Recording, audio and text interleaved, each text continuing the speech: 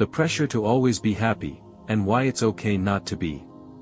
A culture obsessed with happiness. We live in an age where happiness has become more than just a fleeting emotion, it's treated like a moral obligation.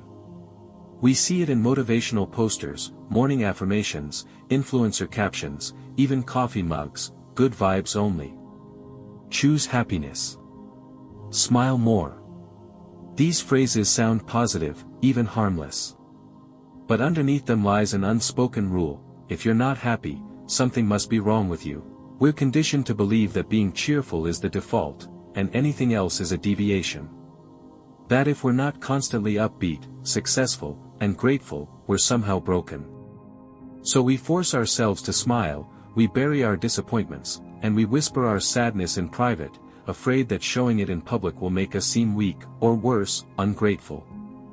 But here's the truth we often forget: happiness is not a constant. It's not meant to be.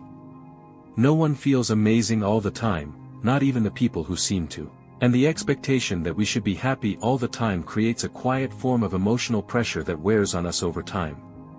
It's like walking through life with a mask, smiling while hurting, laughing while feeling empty, because we've been told that real emotions make others uncomfortable. But suppressing sadness doesn't erase it. In fact, it often makes it grow in the shadows. Emotional diversity is natural. Think about the sky. It's not always sunny, and we don't expect it to be. Clouds drift in. Sometimes they grow dark and heavy. The rain falls. Thunder rolls. Storms move through. And yet, no one looks up and says, something is wrong with the sky. Because we understand, that's just what skies do. They shift. They change. They express. Our emotional lives are no different. We were never designed to live in a constant state of sunshine. Joy is beautiful, but so is grief. So is longing. So is quiet. We are not malfunctioning when we feel anxious before a change, or overwhelmed by sadness in the face of loss. We are responding, deeply and honestly, to the world around us. And yet, somewhere along the line, society taught us to sort our feelings into good and bad. Happiness is celebrated. Sadness is silenced. Anger is shamed. Vulnerability is avoided. As if some emotions are acceptable, and others must be fixed. But real emotional health isn't about always feeling good. It's about being open to the full symphony of what we feel. Letting joy lift us, and letting sorrow teach us. Letting fear warn us, and letting love soften us. Sadness, for example, often shows up when something truly matters. A lost connection, a missed opportunity, a truth finally faced. It's not weakness. It's proof that your heart is alive, aware, and invested. When we stop labeling emotions as enemies to be defeated, we start discovering the wisdom they carry. Even boredom has something to say. Perhaps that we crave meaning, depth, or change. Even anxiety can be a signal. That something needs our attention, not our avoidance. The more we allow ourselves to feel, truly, without judgment, the more grounded we become.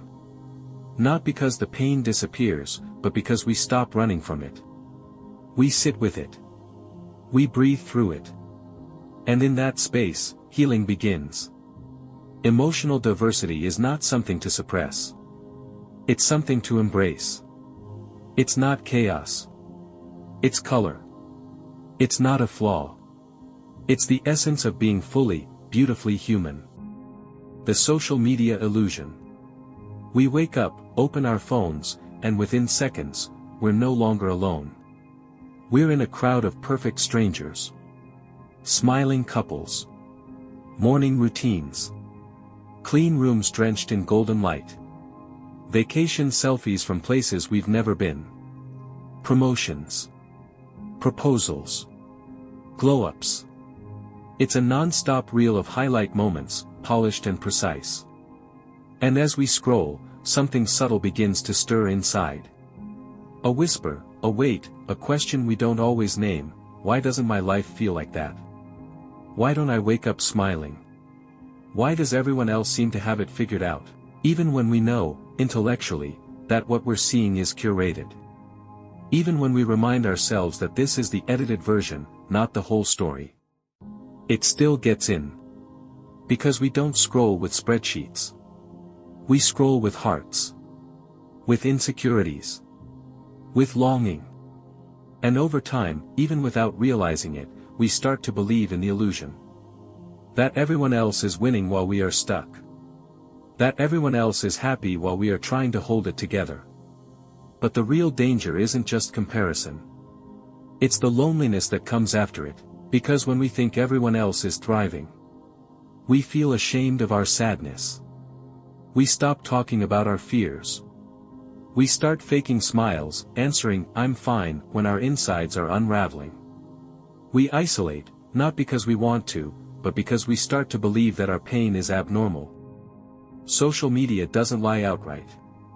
It just hides the rest of the truth. It shows us moments, not journeys. Faces, not feelings. It shows us polished smiles, not the panic attacks behind them. Perfect homes, but not the silent dinners. Happy families, but not the unspoken tensions. And when we compare our reality to their presentation, we come up short every time. But the truth is, we are all struggling in some way. We all have doubts, regrets, days we want to quit. No filter can erase that. No caption can fully express it. If we could peel back the layers of those perfect posts, we'd find what we already know deep down, that being human is messy, complicated, and shared. That underneath all our differences in appearance and lifestyle, we are more alike than we are different. What we long for isn't just attention. It's understanding, it's connection rooted in reality, not illusion. And that starts not with pretending we're perfect, but with letting ourselves be seen, honestly, imperfectly, and fully. Allowing yourself to be real. What if the most radical act of self-care isn't chasing joy, but making space for the full spectrum of who we are? Imagine waking up and instead of judging how you feel, you simply noticed it. Today I feel heavy. Today I feel a bit lost. Today, I'm okay. Not labeling it as good or bad. Just real. When we allow ourselves to be honest, without the pressure to fix everything instantly, we begin to soften. We breathe a little deeper. We release the tension of pretending. Because pretending is exhausting. It takes so much energy to constantly smile when you don't feel like it, to say, "I'm fine," when you're anything but. Authenticity doesn't mean we broadcast our pain to the world. It means we stop hiding it from ourselves. And it's from this place of realness that true connection becomes possible. When we share what's really happening in us, we give others permission to do the same. We create spaces where being human is not only accepted, it's welcomed. The beauty of being real is that it leads us home, to ourselves and to each other. Redefining happiness. Maybe happiness has never been about being cheerful 24/7. Maybe it's about feeling at peace with who we are, even on the difficult days.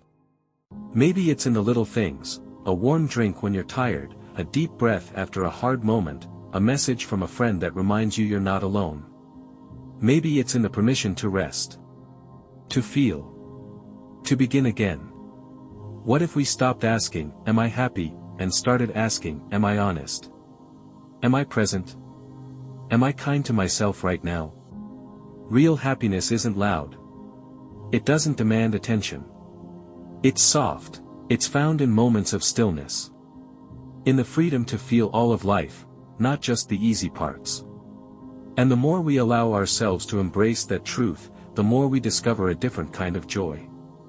One that isn't forced or filtered, but grounded. Real. Sustainable. You don't need to be happy all the time to live a beautiful life. You just need to show up, exactly as you are. If this message resonated with you, if it made you feel a little more seen, a little less alone, I invite you to subscribe to the channel. Here, we take time to slow down, reflect, and be honest, together. There's no pressure to be perfect, no demand to always smile. Just a space where you can feel what you feel, and know that it's okay. Thank you for being here. Until next time, take care of yourself, and see you soon.